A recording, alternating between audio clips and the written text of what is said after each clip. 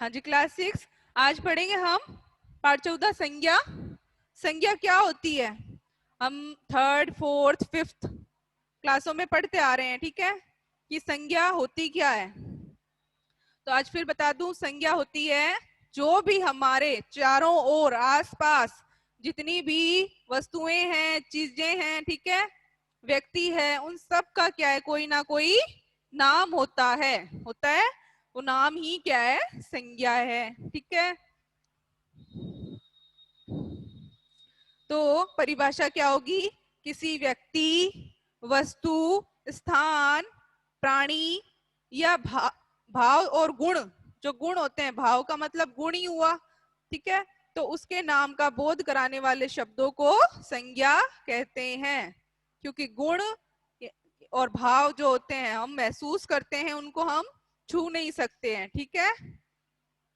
तो वह नाम भी क्या है, उनका हर किसी भाव का, हर किसी गुण का भी क्या है, अपना नाम होता है। जैसे सुंदरता है ना, ये गुण है। अच्छाई गुण है ना, तो ये क्या है, इनके नाम है। अच्छाई से समझ जाते हैं कि बहुत ही उसमें अच्छाई है ना।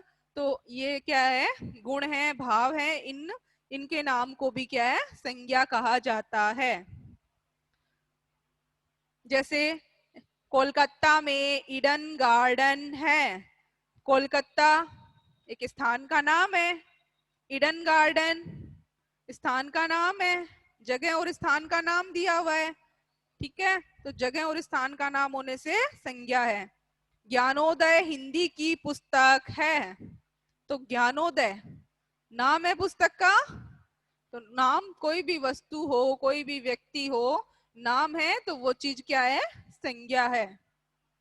बुढ़ापे में व्यक्ति बच्चा बन जाता है। तो बुढ़ापा क्या हुआ, एक भाव हुआ, है ना। पहले बचपन आता है, फिर यौवन आता है, फिर बुढ़ापा आता है। तो ये बचपन, यौवन, बुढ़ापा, ये तीनों क्या है, दशा है। गुण दशा, दशा आदि का नाम भी क्या है, संज्ञा होता है, ठीक है। तो बुढ़ापा क्या है, संज्ञा। घोड़ा तेज दौड़ रहा है। घोड़ा क्योंकि घोड़े को हम निश्चित नाम से जान रहे हैं। घोड़ा कहने पर हम उसको हाथी तो नहीं समझ रहे, हम उसको निश्चित जान जाते हैं कि वह घोड़े की बात हो रही है। तो घोड़ा नाम है, तो घोड़ा भी क्या है, संज्ञा है।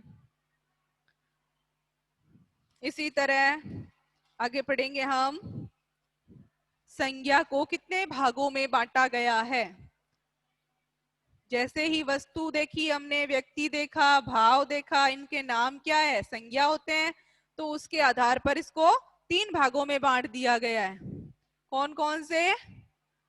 व्यक्तिवाचक,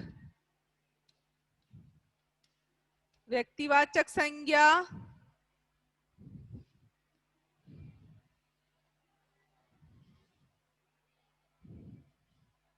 और सेकंड है जातिवाचक। एक होती है जातिवाचक संज्ञा,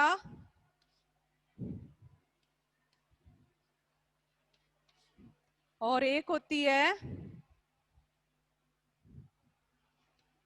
भाववाचक संज्ञा, ठीक है।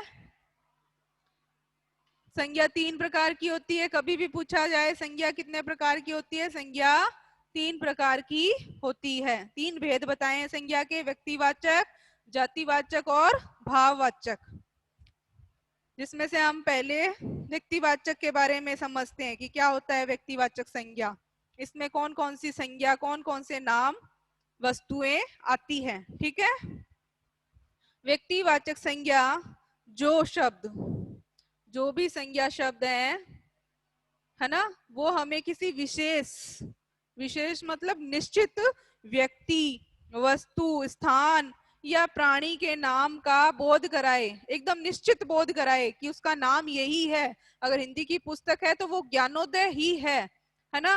व्यक्ति का नाम मोहन है तो मोहन ही है, मोहन, एकदम निश्चित नाम का बोध करा रहा हो, तो वही क्या होता है, व्यक्तिवाचक संज्ञा हो जाती है। व्यक्तिवाचक संज्ञा देखिए, जैसे पंडित जवाहरलाल नेहरू को बच्चों से लगाव था, तो पंडित जवाहरलाल नेहरू, पंडित जवाहरलाल नेहरू एक निश्चित नाम बता दिया है ना, कि बच्चों को लगाओ किनसे था, पंडित जवाहरलाल नेहरू से। तो पंडित जवाहरलाल नेहरू क्योंकि एक निश्चित व्यक्ति का नाम है, विशेष है ना, तो वह क्या हो जाएगा, नाउन, संज्ञा हो जाएगा, व्यक्तिवाचक। ऐसे ही महात्मा गांधी अहिंसा के पुजारी थे। सुभाष चंद्र बोस ने आजादी का बिगुल बजा दिया। तो जहां जहां व्यक्ति के पर्टिकुलर नाम आ रहे हैं वो संज्ञा होते हैं। ऐसे ही कह दिया जाए ताजमहल आगरा में स्थित है, तो ताजमहल क्योंकि महल का निश्चित नाम है, हम उसको नाम से हमें वो ताजमहल का दृश्य दिखने लग जाता है, यानी ताजमहल, तो निश्चित नाम होने से वो व्यक्तिवाचक संज्ञा है। आगरा, आगरा भी क्या है, स्थान का नाम है। जब स्थान का नाम दे दिया जाए तो वो क्या है, व्यक्तिवाचक संज्ञा बन जाता है। सेकंड नंबर देखिए, जातिवाचक संज्ञा। कैसे पहचान करेंगे हम जातिवाचक संज्ञा की, कि जो शब्द किसी प्राणी, पदार्थ या समुदाय, समुदाय मतलब ग्रुप, समूह जो होता है, उसका पूरी जाति का बोध कराए, उसकी पूरी की पूरी जाति का यानी पूरी समूह का, समुदाय का बोध कराएगा, उसे ही जातिवाचक संज्ञा हम कहते हैं। जैसे एग्जाम्पल के लिए कंप्यूटर, एक कंप्यूटर, कंप्यूटर क्या है, कंप्यूटर तो बहुत सारे हैं, स्कूल, हर स्कूल में बहुत सारे कंप्यूटर मिलेंगे, यानी वो क्या है, कंप्यूटर की पूरी जाति आ जाती है, एक तरह से पूरा समुदाय, एक ग्रुप जो कहते हैं हम, उसमें सारे के सारे आ जाते हैं। पर्टिकुलर बात नहीं हो रही कि मेरे घर का कंप्यूटर या आपके घर का कंप्यूटर, है ना, निश्चित कोई बात नहीं है, बस कंप्यूटर, यह कंप्यूटर रमेश का है, कह दिया जाए यह कंप्यूटर रमेश का है। रमेश तो व्यक्तिवाचक हो जाएगा, लेकिन कंप्यूटर होगा नहीं होगा, क्योंकि कंप्यूटर का कोई निश्चित नाम नहीं है, कंप्यूटर बहुत सारे हैं, कंप्यूटर की पूरी जाति, पूरी समुदाय की बात हो रही है। ऐसे ही जितने भी पशु पक्षी हैं, जितने भी पशु पक्षी हैं वो भी क्या आ जाते हैं, इसी में आ जाते हैं, जातिवाचक में। घोड़ा, कबूतर, तोता, मैना, मछली, ठीक है, जितने भी हैं तो पशु पक्षी जितने भी हैं वो क्या आ जाते हैं, जातिवाचक संज्ञा में आ जाते हैं। क्यों, क्योंकि हम कबूतर की बात करें, यानी कबूतर का पूरा समुदाय आ रहा है, एक परिवार जो हो रहा है ना, जितने भी कबूतर हैं उसी के जैसे, तो सबकी बात हो रही है, कबूतर दाना चुग रहे हैं, तो एक कबूतर क्या है, घोड़ा, कबूतर, ये सब क्या है, हाथी, ये जातिवाचक संज्ञा है, क्योंकि इनका प्रॉपर नाम नहीं है। जब तक हमें कोई चीज का प्रॉपर नाम ना मालूम हो, निश्चित, है ना, तो वो क्या बन जाती है, जातिवाचक संज्ञा। जैसे दुकानदार, अब दुकानदार, क्योंकि दुकानदार, दुकानें बहुत है और सब दुकानों में जो बैठने वाला व्यक्ति है उसका नाम होता है कोई ना कोई, लेकिन यहाँ नाम नहीं दिया हुआ दुकानदार, तो दुकानदार शब्द क्या हुआ, एक अपनी पूरे समुदाय का बोध करा रहा है, ठीक है, तो जातिवाचक संज्ञा। युवक को सामान दे रहा है, अब सामान लेने भी बहुत लोग जाते हैं, लेकिन इसमें नाम नहीं दिया हुआ युवक का, युवक ही कहा गया है, युवक यानी युवक में सारा समुदाय आ जाता है, जितने भी युवक हैं, ठीक है।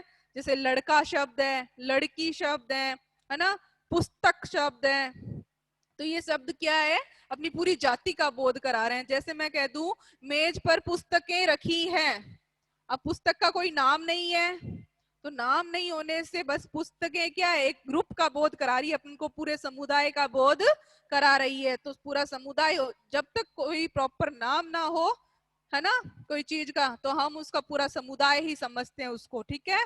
किताबें रखी हैं, पुस्तकें रखी हैं, ठीक है, तो ये शब्द क्या हुए, जातिवाचक संज्ञा, ठीक है। जैसे अब मैं एक एग्जांपल आपसे पूछूं कि मेरा विद्यालय घर के पास ही है, मेरा विद्यालय घर के पास ही है, तो विद्यालय शब्द क्या हुआ, व्यक्तिवाचक हुआ कि जातिवाचक हुआ, विद्यालय शब्द जातिवाचक हुआ। क्यों, क्योंकि विद्यालय, बहुत से विद्यालय हैं इस संसार में, है ना, हर थोड़ी दूरी पर दूसरा स्कूल आ जाता है, तो स्कूल, विद्यालय क्या है, बहुत है, तो विद्यालय अपना एक ग्रुप समुदाय का बोध करा रहा है।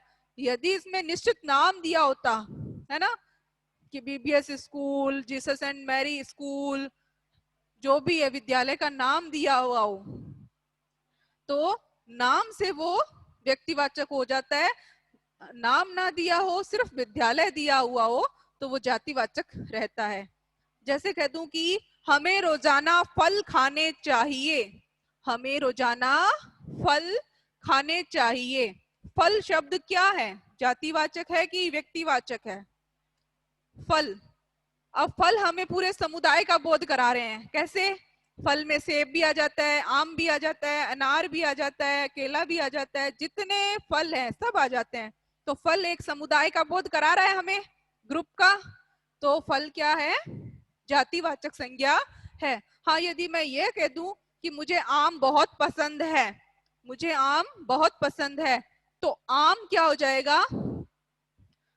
आम हो जाएगा यहाँ व्यक्तिवाचक, कि मैंने विशेष नाम लिया है उसका, कि मुझे केला बहुत पसंद है, तो केला भी यहाँ व्यक्तिवाचक हो जाएगा। मुझे अंगूर बहुत पसंद है, अंगूर व्यक्तिवाचक हो जाएगा। ठीक है, निश्चित नाम हो तो उसे व्यक्तिवाचक, वरना फल आ जाए तो जातिवाचक होगा। जैसे जंगल में पशु पक्षी विचरण करते हैं, जंगल में पशु पक्षी विचरण करते हैं, तो पशु पक्षी क्या है? पशु पक्षी में अब सारा समुदाय आ गया ना, जितने भी पशु है, जितने भी पक्षी हैं, जातिवाचक। तो बताइए, लड़का दिल्ली जा रहा था, लड़का शब्द क्या है? लड़का दिल्ली जा रहा था, लड़का। लड़का शब्द, क्योंकि लड़के का नाम नहीं है, लड़के से सारे लड़के, जितने भी लड़के हैं सब आ जाते हैं, समुदाय आ जाता है, जो यानी अपनी जो पूरी जाति का बोध कराए, तो इट मीन्स जातिवाचक संज्ञा है। ठीक है, क्लियर जातिवाचक संज्ञा सभी को? अब हम नेक्स्ट देखेंगे भाववाचक संज्ञा। भाववाचक संज्ञा, ये तीसरा भाग है संज्ञा का, तीसरा भेद, कि भाववाचक संज्ञा क्या होती है? जिन संज्ञा शब्दों से किसी व्यक्ति या वस्तु के गुण, धर्म, दोष, सील, स्वभाव, अवस्था, भाव आदि का बोध होता है। गुण धर्म मैंने बताए थे, गुण यानी किसी कोई चीज में अच्छाई है तो कोई में बुराई है ना, सुंदरता, ये सब क्या है? गुण होते हैं। और दोष, दोष मतलब बुराई, ठीक है, घमंड। और सील, स्वभाव, अवस्था, स्वभाव भी होता है किसी का, शांत स्वभाव है ना, तो ये स्वभाव भी क्या होता है? शांत स्वभाव है। तो ये स्वभाव। अवस्था, अवस्था मैंने आपको बताई, बुढ़ापा, जवानी, ये सब अवस्था में आ जाते हैं। तो ये सब क्या है? एक भाव है जिनको हम महसूस करते हैं। जैसे कह दूं कि आज मुझे बहुत गर्मी लग रही है, तो गर्मी, गर्मी लगना यानी गर्मी में महसूस कर रही हूँ ना, तो ये महसूस करने वाली चीजें ये भाव होती है, और इनका नाम होता है। अब मैं गर्मी को सर्दी तो नहीं बता सकती, मुझे बहुत गर्मी लग रही है और मैं ऐसे कह दूं मुझे सर्दी लग रही है, तो नाम होता है। भाव का भी क्या है? अपना अपना नाम होता है। अब मिठास, खटास, दोनों में अंतर है ना। कह दूं अंगूर में बहुत ही मिठास है, तो मिठास का अर्थ आप क्या समझोगे? मीठा मिठाई, खट्टा तो नहीं समझोगे। तो यानी हर भाव का क्या कहने का मतलब है? अपना नाम होता है और हम उसको महसूस करते हैं। तो ये भाववाचक संज्ञा में आ जाते हैं सभी शब्द। ठीक है, जैसे स्वतंत्रता सभी को प्रिय है, ताजमहल की सुंदरता को देखकर विद्यार्थियों का मन प्रसन्न हो गया, बुढ़ापे में नानाजी का शरीर शिथिल हो गया। तो यहाँ प्रिय लगना, सुंदरता, बुढ़ापा, ये सब क्या है? भाववाचक संज्ञा है। ठीक है, तो भाववाचक संज्ञा, जैसे दूरी, दूरी क्या बताती है हमें? भाव ही बता रही है। हम महसूस कर रहे हैं कि उसका घर इतनी दूरी पर है ना, तो दूरी। ये सब क्या है? मित्रता, सज्जनता, है ना, ये धैर्य, ये सब भाव है। अब कुछ विद्वान, नीचे दिया गया है, दो भाग अलग से बताए हैं, ये अलग से पढ़ने की जरूरत नहीं है, ये जातिवाचक संज्ञा के ही दो भेद बताए हैं। ठीक है, अलग से इनको पढ़ने की हमें जरूरत नहीं है, ये जातिवाचक में ही आ जाते हैं। अब इसको मैं भाववाचक संज्ञाओं को कैसे बनाते हैं हम कल पढ़ेंगे, ठीक है।